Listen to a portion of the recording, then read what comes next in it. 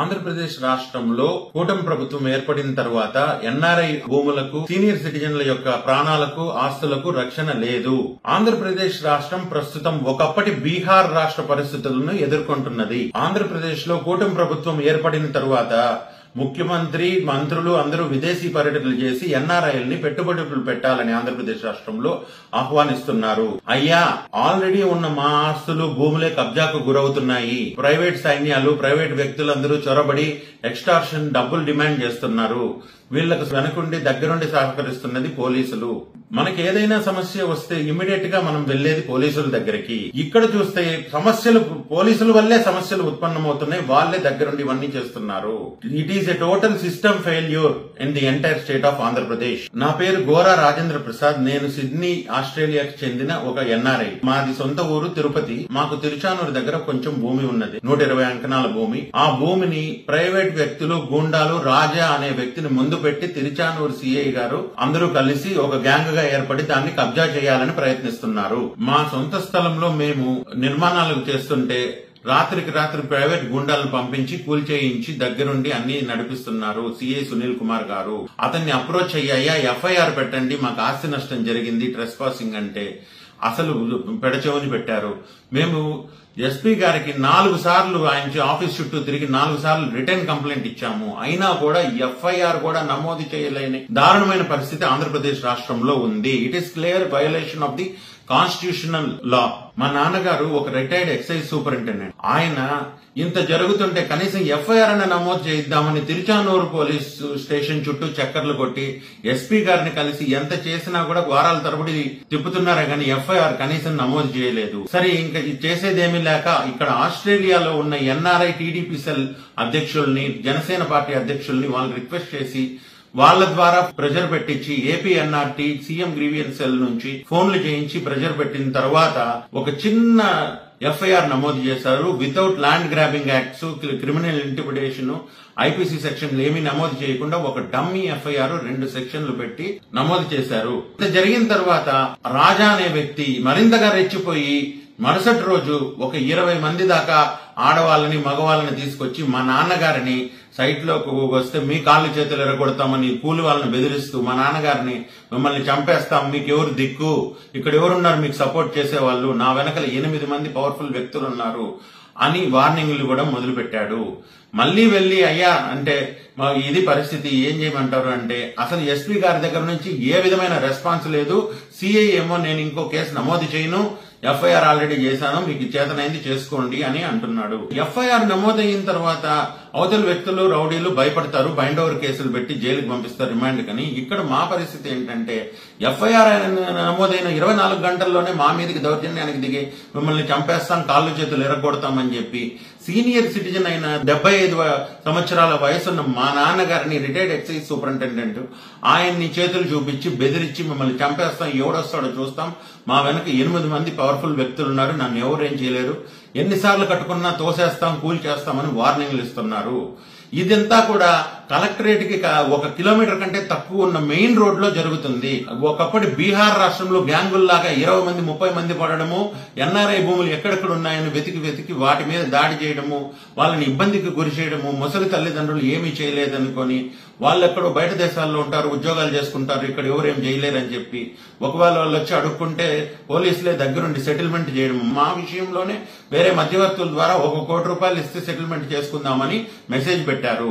ఇటువంటి దారుణమైన పరిస్థితుల్లో విదేశీ పెట్టుబడులు ఆశించడము ఎంతవరకు సబమో ఈ ప్రభుత్వం ఆలోచించాలి.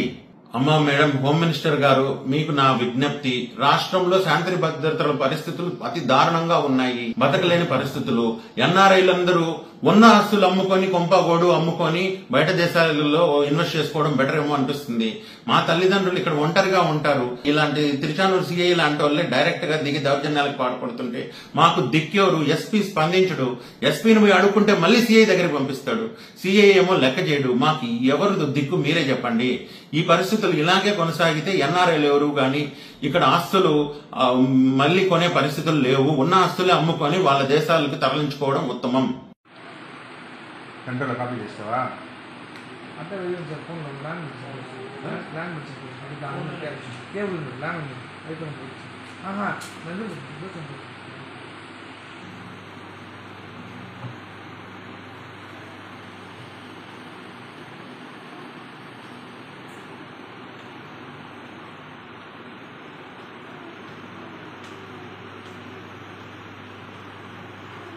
ఆకుకూర మిర్చి కలిపి ఎట్లా ఉంది?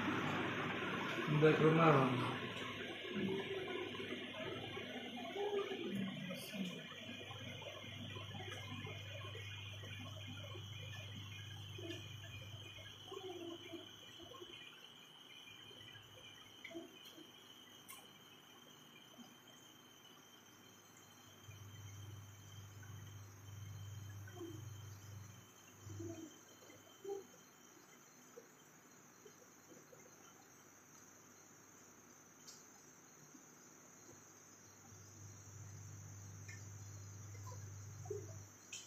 వస్తున్నారా?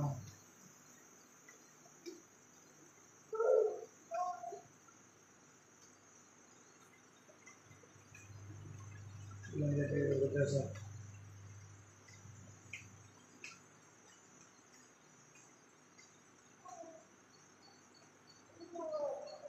కరెంట్ ఫెన్సింగ్ పెట్టినారు, కాకులు మాదిరి మాడి చచ్చుంటారు. వైపు లాగేస్తారు.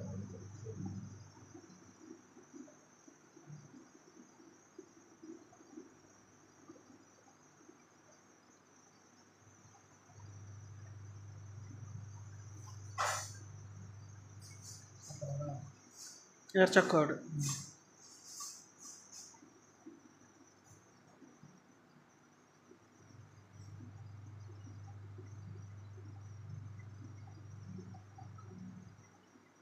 ఇట్లా కాలం చెప్తున్నారు సార్.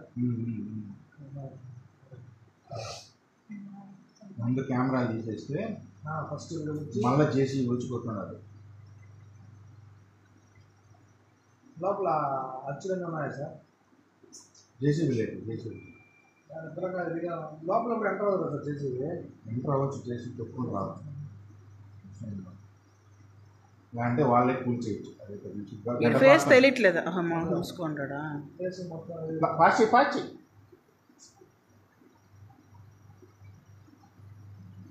గాడు ఇంకొకటి వచ్చిందండి. సరే వాడేనా?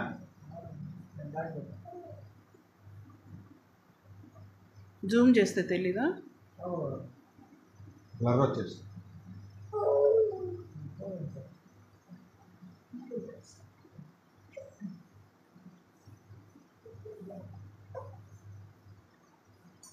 హైట్ ఉన్నాడు. కార్ చేయరా అంటే పోయిన దాకా ఏం చేస్తున్నావా? మీరు ఆపుతాను సార్. మరి ఆపాలి కదా.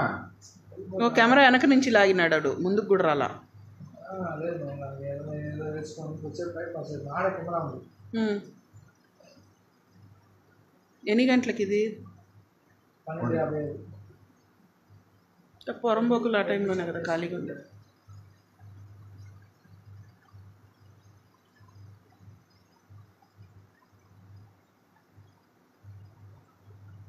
వీళ్ళే వాళ్ళ ప్యాచ్